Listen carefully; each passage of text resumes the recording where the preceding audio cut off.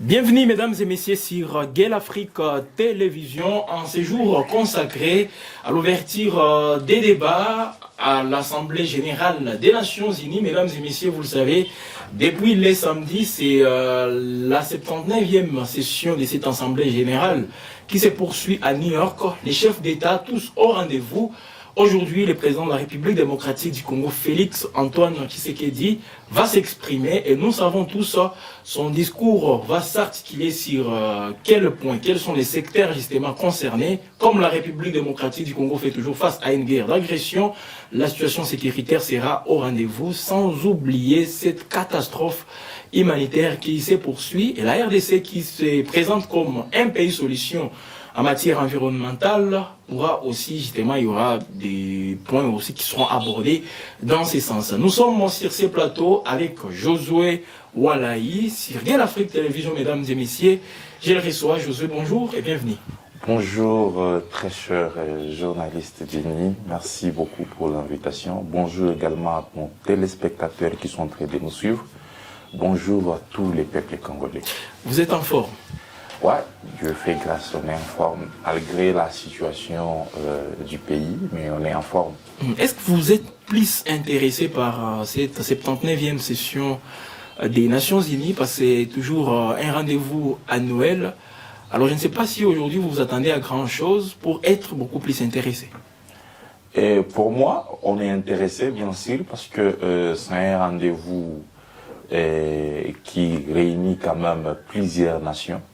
Malgré que c'est pour nous une déception parce que ça semble être considéré comme une récréation, tout ce qui s'y passe, ça fait longtemps que depuis plusieurs années, les chefs d'État congolais, depuis même Mobutu, ils ont dénoncé du haut des tribunes des Nations Unies beaucoup d'exactions, beaucoup de problèmes que nous, peuple congolais, nous sommes en train de subir.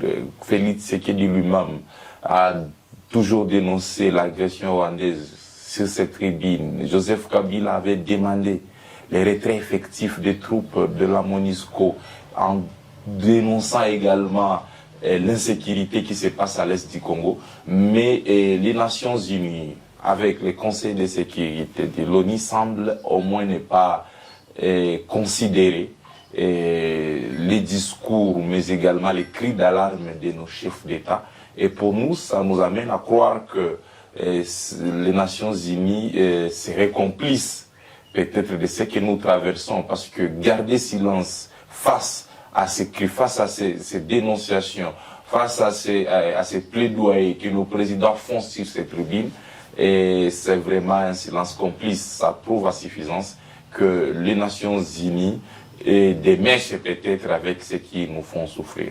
Les Nations Unies démêchent. Alors, déjà là, c'est comme si vous épargnez nos chefs d'État. Vous avez dit depuis Mobutu, Kabila père, Kabila fils, aujourd'hui Félix Tshisekedi. Donc, à un certain moment, ces présidents font ce qu'ils doivent faire en termes justement des discours. Ils présentent toujours la situation de la République démocratique du Congo, mais les actions concrètes au niveau des Nations Unies ne suivent pas. Alors, à qui la responsabilité d'une manière aussi concrète?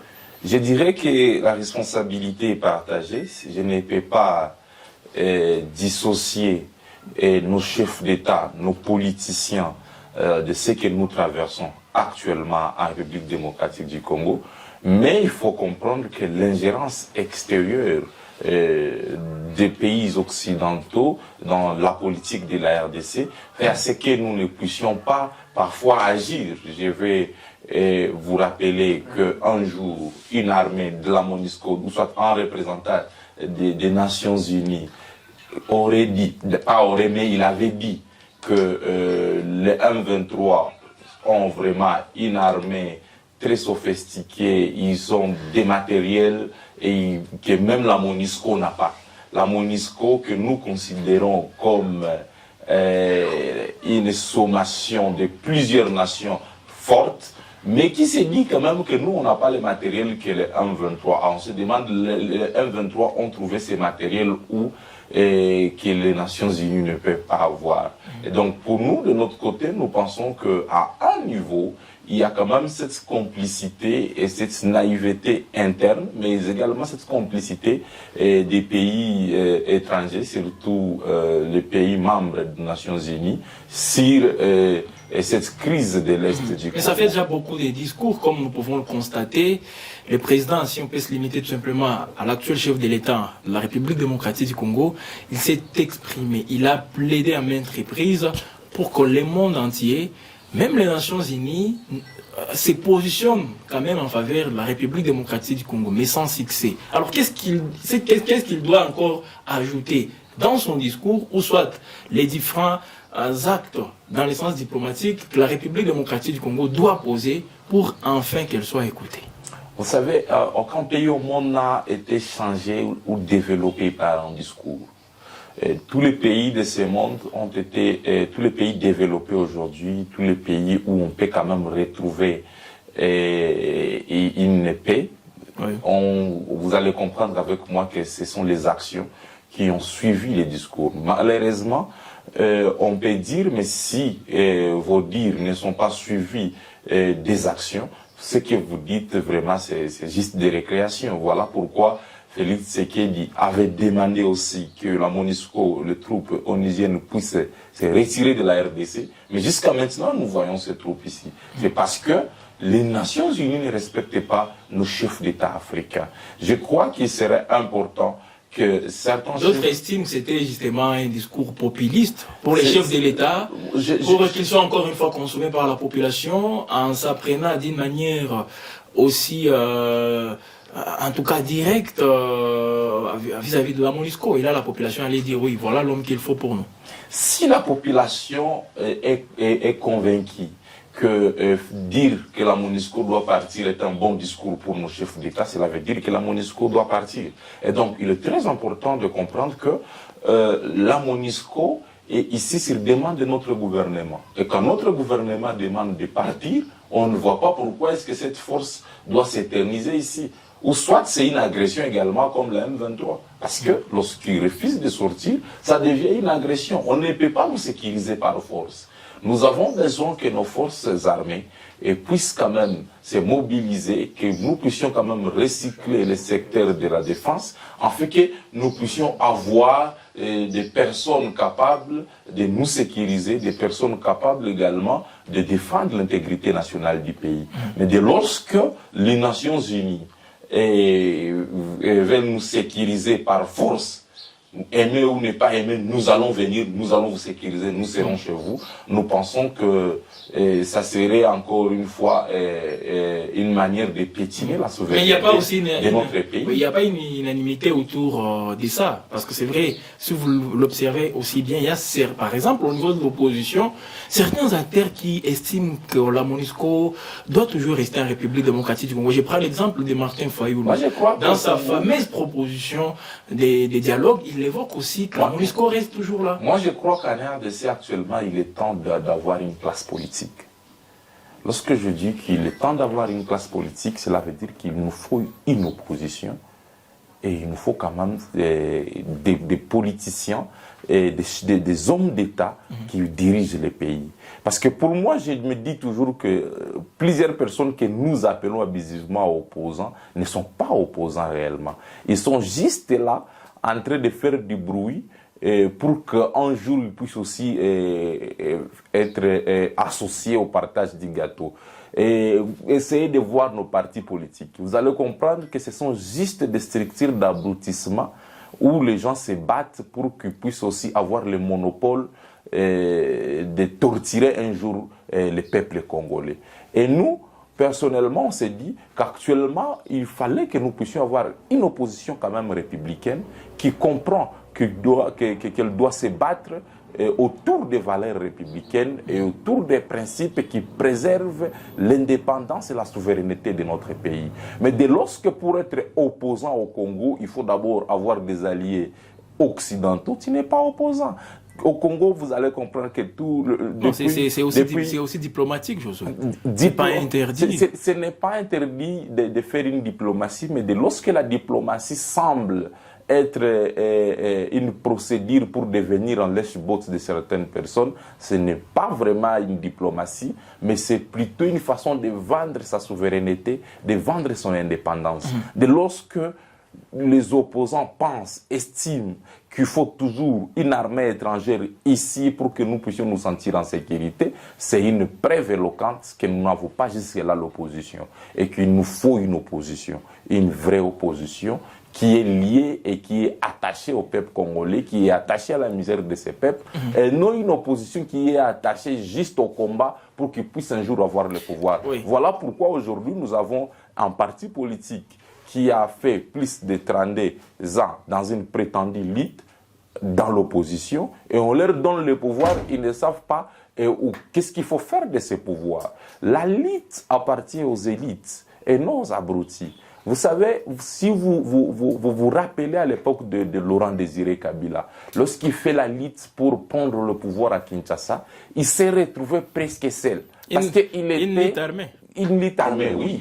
Parce qu'il était entouré des abrutis et non des élites. Et il fallait encore faire recours à la classe d'élite pour qu'il puisse diriger le pays. Voilà pourquoi, après, Laurent Désiré Kabila a été obligé de prendre certaines personnes qui ont participé à la dictature de Mobutu pour qu'ils puissent quand même diriger avec eux. C'est la même chose. C'est une façon. C'est le chef de l'État. Voilà, c'est une façon de dire. Voilà pourquoi l'UDPS aussi a échoué. Oui. Quand l'UDPS fait sa lutte, plusieurs années, bon, une prétendue lutte que moi je n'ai jamais acceptée comme étant un vrai combat. Une lutte démocratique. Dit-on. Contre la dictature. Dit-on c'est à reconnaître quand même. que l'UDPS s'est bâti, mais on sait très bien que l'UDPS, ils ne sont pas à leur première fois d'avoir des postes dans ces pays. Oui. L'UDPS, nous savons beaucoup de personnalités de l'UDPS qui sont devenus ministres. Là, c'est le débauchage. Et tout ça. D'ailleurs, Tchibala, il était beaucoup militant que l'actuel président de l'UDPS, mais il est un jour devenu premier ministre de ces pays. Et on a vu ce qu'il a donné. Donc, lorsque la lutte est menée par une classe qui n'est pas, par des personnes non élites, cette élite-là est vouée toujours à l'échec.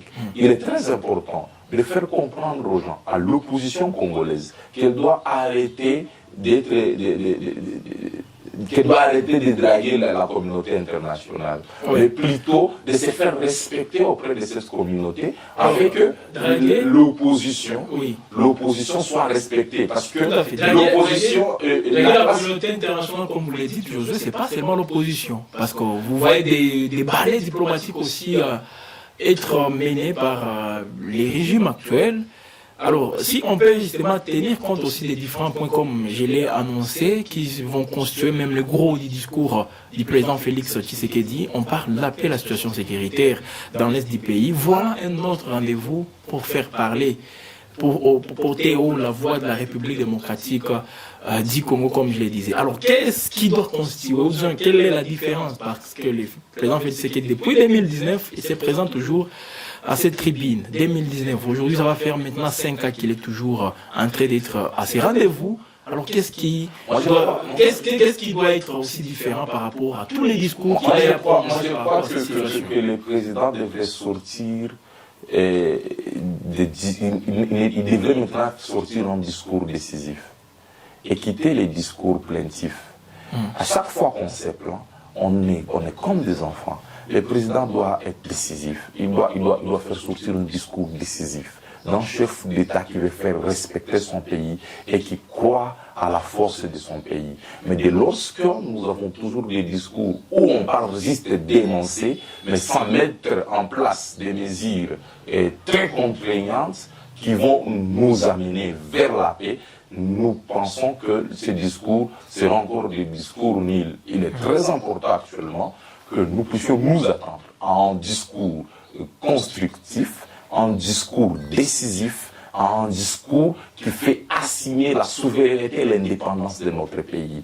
Mais lorsque nous serons en train de tomber toujours dans des discours plaintifs, nous pensons que le président, il n'est pas un agent ou un membre de la société civile. Nous avons une société civile qui dénonce, même auprès des structures des Nations Unies. Il y a eu l'examen périodique universel et cette année, au mois de juillet, où nous avons vu plusieurs personnes de la ville de Goma et de la RDC représenter, ces personnes-là qui sont sorties de la société civile, représenter la RDC, et ils ont dénoncé cette question d'agression.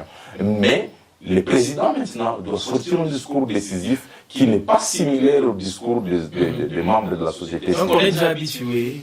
On est d'attaquer Kagame. On pense que le Rwanda sera encore cité dans son discours. On est habitué de certains discours où il faut dire, voilà, on est habitué à des discours où nous sommes agressés par l'armée rwandaise et les supplétifs du M23. Nous sommes habitués à tous ces discours.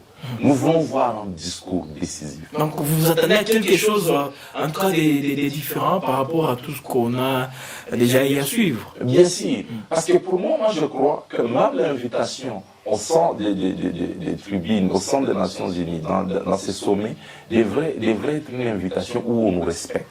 Les Africains, certains pays africains devraient même parfois boycotter ces invitations. Et de leur dire, ça ne sert à rien de venir nous recréer là-bas et que nos discours ne soient considérés. Il est très important que si vous nous appelez là-bas, à chaque fois que nous nous mettons debout pour parler de notre pays, parler de notre continent, vous devez prendre en compte nos revendications, mais également c'est les rapports des forces. C'est très important. Ça pèse. La force, elle est d'abord spirituelle, elle est d'abord mentale, avant que la force soit physique et économique. Et nous, comme peuple africain, nous croyons beaucoup à ça. Et on ne peut pas tomber trop bas en pensant que l'Afrique elle est faible, en pensant que le Congo est faible, en pensant que si le Congo était faible, les téléphones que nous utilisons aujourd'hui, les grandes sociétés multinationales, qui sont partenaires aux Nations Unies, ne devraient pas très bien fonctionner. C'est comme si nous ne rendons pas compte de cette force. Nous devons nous rendre compte que nous sommes forts, que nous avons les capacités de bloquer beaucoup de milliards et des millions de dollars qui circulent dans ce monde si on accepte de fermer par exemple, l'exploitation minière au Congo. Nous savons très bien comment est-ce que beaucoup de sociétés vont peiner. Nous savons combien de fois les Nations Unies vont faire beaucoup de discours. On l'a vu et ça a coûté peut-être la vie d'un ancien chef d'État de la RDC. Donc il est très important que nous, Congolais, pas seulement Congolais, le peuple africain, que nous ne puissions pas considérer les Nations Unies comme étant une structure qui amènera les salis à l'Afrique, ou amènera les salis à la République démocratique du Congo. Mais plutôt les salis viendra de l'engagement et de la décision que nous prendrons pour nous assumer en tant que peuple souverain. Voilà, alors avant justement d'évoquer ces points liés aussi, parce que le chef de l'État est à s'entretenir hier mardi avec plusieurs personnalités, mais du haut de la tribune des Nations Unies, l'Angola s'est prononcé via son président Joao Lorenzo, l'Angola qui a annoncé à la tribune des Nations Unies avoir présenté une proposition d'accord de paix entre la République démocratique du Congo et le Rwanda. L'objectif est de parvenir à un accord qui conduira à la tenue d'un sommet pour signer l'accord de paix définitif et permettre la reprise des relations entre Kinshasa et Kigali. Là, c'est la donne diplomatique où on y met encore une fois un accent particulier. Moi, je crois qu'on est en train de revenir dans l'histoire. Est-ce que c'est la première fois que le Congo signe un accord de paix avec le Rwanda? Non. Oui. C'est pas la première fois. Voilà, ce n'est pas la première fois. Est-ce que lorsque le président Lorenzo pense qu'il faut un accord de paix entre la RDC et le Rwanda, il doit comprendre que ce n'est pas la première fois. Il doit comprendre que ce n'est pas d'abord la première fois. Et lorsqu'on est en face d'un récidiviste, il est très important de prendre des mesures. Et non des mesures où on nous amène toujours dans un cercle infernale, demain, après-demain, on va nous attaquer, on signe des accords de paix. Mais jusqu'à quand on signera des accords de paix avec le Rwanda? Dire que ils vont reprendre les relations diplomatiques du Congo avec le Rwanda, c'est du poudrosier. Quand est-ce que les relations diplomatiques de la RDC et du Rwanda ont été coupées? Le concile congolais, l'ambassade congolaise, les ambassades fonctionnent très bien. Oui. Entre le Rwanda, il y a des frontières qui sont toujours fonctionnelles. Et donc, vous allez comprendre avec moi qu'il n'y a pas un conflit entre ces gens-là. Il y a déjà des accords. Il y a des accords depuis plusieurs années.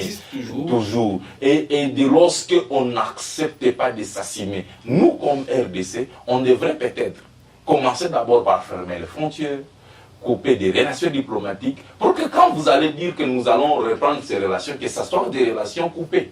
On ne peut pas réconcilier des gens qui sont ensemble. On ne réconcilie que les gens qui sont séparés.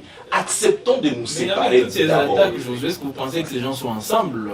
Pour moi, je dirais que lorsque les frontières sont toujours fonctionnelles, oui. Lorsque les ambassades fonctionnent, qu'est-ce qui prouve que la RDC et le Rwanda ne sont pas dans une relation? Alors, Josué, parlons justement de toutes ces rencontres parce qu'on n'a pas assez de minutes justement pour entrer en profondeur, mais c'est quand même très important tout ce que vous êtes en train d'évoquer. Le mardi, le président Félix Tshisekedi s'est entretenu, voilà, avec le président de la Serbie, le président de la Pologne. Rappelez-vous justement de ces accords entre les Rwandais et la Pologne qui avait aussi créé une grogne au sein dans l'opinion congolaise.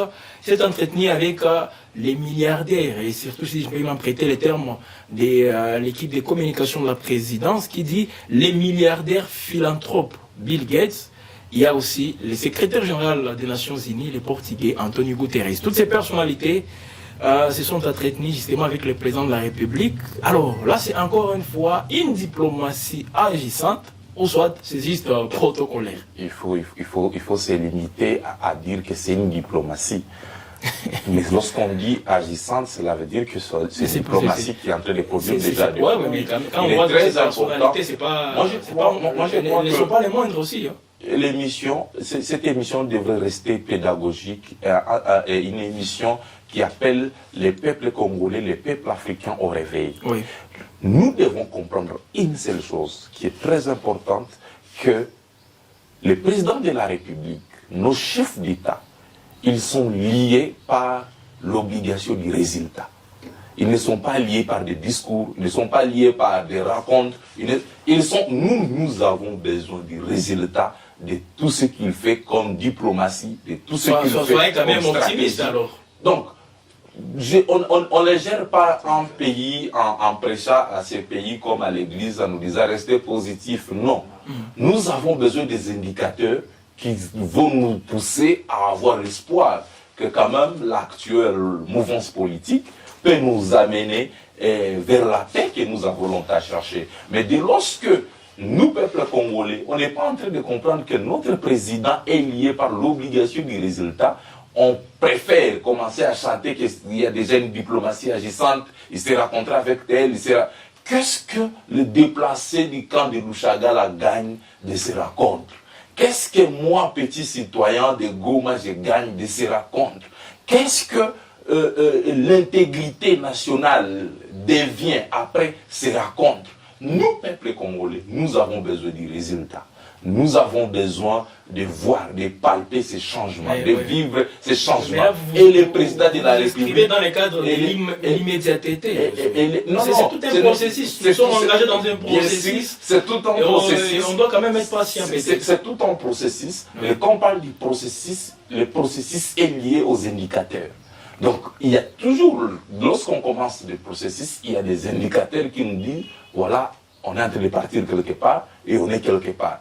Et donc, le président qui est lié à l'obligation, je dis bien l'obligation du résultat, cette obligation-là devrait produire déjà des indicateurs. Le président doit nous montrer qu'il est engagé réellement à nous produire des résultats. Et nous, comme peuple, Nous avons juste besoin de l'amélioration de notre social. On n'a pas besoin. J'ai fini tout en disant, par exemple, et ce que notre gouvernement est en train de nous produire actuellement. Nous sommes représentés par le Sénat et l'Assemblée nationale. Mais lorsque le président du Sénat se permet de dire, par exemple, que parmi les projets, les grands projets que nous avons, nous allons construire un nouveau bâtiment pour le Sénat. Pourtant, nous avons tout un palais du peuple.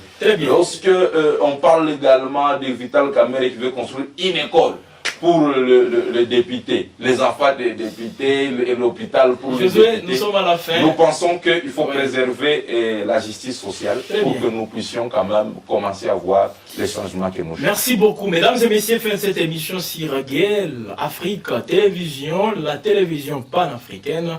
Nous sommes toujours en train de suivre aussi l'évolution de cette session de l'Assemblée générale des Nations Unies depuis New York, mesdames et messieurs, avec des analyses, des décryptages, toujours au rendez-vous. Restez branchés pour la suite de nos programmes. Abonnez-vous, commentez, n'hésitez pas aussi d'aimer tout en partageant tout ce que nous produisons si réellement ça vous a aussi intéressé.